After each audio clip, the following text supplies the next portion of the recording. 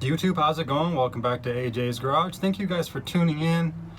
Today's video starts off in the truck, and I made a quick trip to the junkyard just to pick up a few parts specifically for the dually. I also want to start off this video by showing you guys another one of your projects. This is a viewer out of Louisiana, so he's got a Dentside. I believe it's a 76, and he's doing a restoration on it, so really cool truck. Appreciate the pictures. Today I was looking for one thing specifically, which I did find, and then a few other things that I wasn't quite looking for. So I'll show you guys a quick clip of what I was searching through. Nothing too exciting. I was out here a few hours. Found a few cool things that I might have to come back for, but I did pick up and was able to get what I was looking for.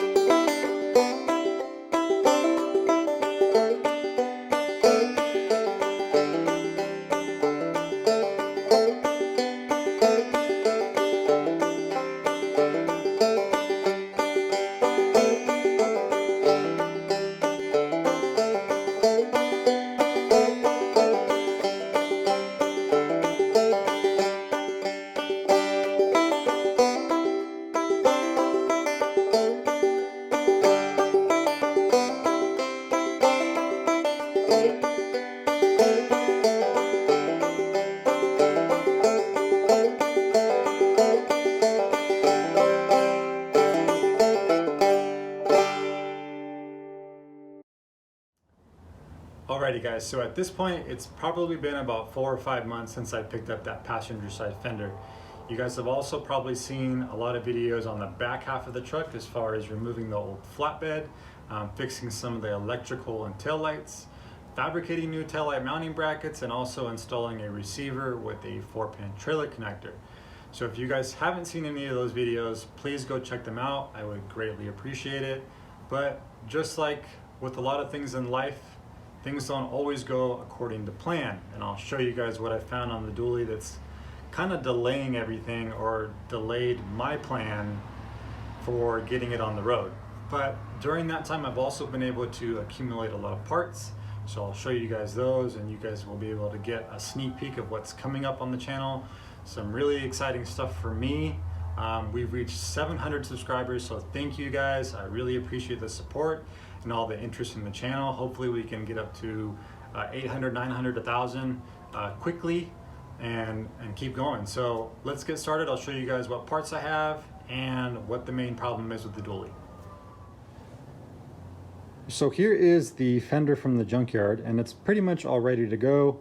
I did remove the driver's side fender as well. The only difference with this one is it's a fender for a 77, which the difference is the emblems. On 77 and later Dentsides, the emblem was on the cab, and 73 through 76, it was still on the fenders. So this is the fender that it's replacing. You can see the damage to it down here at the bottom. It's definitely pretty rusty as well. So we got that bent in section there, small piece here, and then you got this piece here. So definitely would have been too hard to straighten out. What I'm going to actually end up using this for, I'll tell you guys in a second. But with this one, we do have a little bit of rust down here at the bottom, some bubbling, but it doesn't look too bad. So I'm going to take that down and maybe weld in a patch piece if I need to. But I do want to bring out this original color. So the dually was in an accident. I'm not quite sure the extent of it. It's kind of doesn't make sense, and I'll show you guys why in a second. But here is some of the original color of this fender, and you can see it on this one as well. So I'm gonna take this paint off, the white paint off, and try to leave the original color.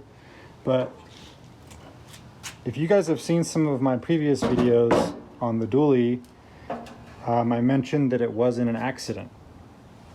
And the floor is pretty bent up right here. So let's show you guys that.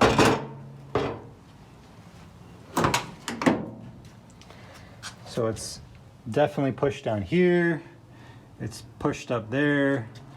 And then the seam is pretty bad there. The steering column is not bolted down because the firewall isn't straight. So I'm gonna have to address that somehow. The floor we can just leave like that, but the steering column has got to be secured because currently I have a hard time keeping it in park. So I expected when I removed this fender for there to be a lot of damage here. And honestly, there really isn't. This looks pretty similar to the other side. This curve is kind of supposed to be there. Now I'm sure this is not completely 100% where it's supposed to be, but I expected a lot more damage, but the damage is mainly here. So what I'm thinking is somehow maybe the I-beam or something got pushed up, or they ran something over, they got caught and pushed up that way, and then kind of split the seam. You can see that the inner fender has been replaced, of course, obviously with the mismatched fenders, because they didn't take the time to remove this and they didn't secure this one. So besides the obvious hole in the floor pan that I am gonna replace, let's see if I can show you guys what I found that's the big issue.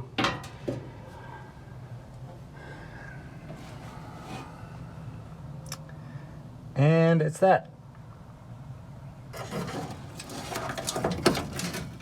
So literally I can jam this whole screwdriver up there and there is just rust all along the top of the cowl there. There was a bunch of leaves in there and I figured it was just from recently from sitting, but no, they've probably been in there forever. So you guys can see all the leaves and debris, dirt and junk that's accumulated in here. At one point there was even a strand of grass or something growing out of here. It's dead now, but you can see it there. So what I plan to do with that damaged fender is I'm gonna cut this all out, clean this all up, and just weld it completely closed all the way across. I eventually am gonna put vintage air in this truck, so I think that'll give us obviously airflow into the cab, and we won't need this, and it'll give it a much cleaner look, just like a modern truck. Here's a view of the passenger side for comparison. So you can see this looks very similar. A lot of the damage was sustained to the cab mount and the floor and part of the firewall, so something just must have been pushed up that way. But I'll eventually have to kind of straighten that out and probably replace the cab mount.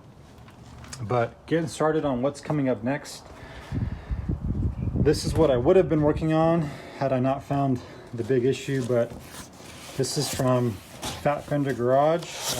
Great company. They built some awesome trucks.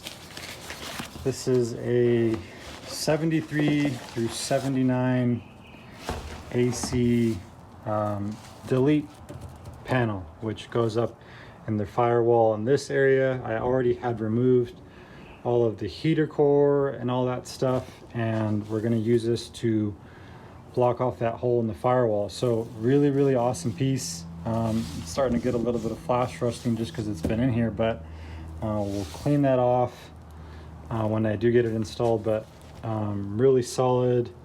It's got a really nice shape to it. So you guys will see that in a video. We'll get that installed, and then let me show you guys over to the workbench where everything else is at. You guys are also going to see the rebuild process on this Holley 2-barrel. I literally picked this up for $5. Super dirty, needed a bunch of cleaning. Of course, ordered a rebuild kit for it, but I'll go into detail in that video. So hopefully we can get the truck running off of this. Also going to be adding an odometer temperature gauge. I was really happy with the oil pressure and temperature gauge from odometer in the 70 F350. So this little box has everything you need. So I'll be installing that. The plan with the dually is once I get it driving, I really want to see how good a gas mileage we can get. Now I'm not expecting some crazy number like 20 miles per gallon, but I'm going to drive it as is. Then we're going to start slowly switching things over and see the improvements. So the first set of improvement will be electronic ignition along with the new coil. And then the plan is to also get a MSD box. And I would like to get an O2 sensor just so we can see the air-fuel ratio. Need to replace the radius arm bushings. Those are pretty much non-existent. Every time that I move the truck in and out of the driveway into the garage, whenever I brake, there's a loud clunk and I can feel the front suspension moving. So those are going to get replaced soon. And then lastly, what I'm most excited about, if you guys haven't heard of these guys, definitely go check them out. Dapper Lighting. So as you can tell in the name, I ordered some replacement headlights. So these are designed to look just like original, super high quality. I did also order LED bulbs for these, so we'll be getting the LED treatment. So it should be super bright, a lot better visibility. So there'll be a video on that and the difference between just the regular standard and the Dapper Lighting ones. So there's a lot coming up.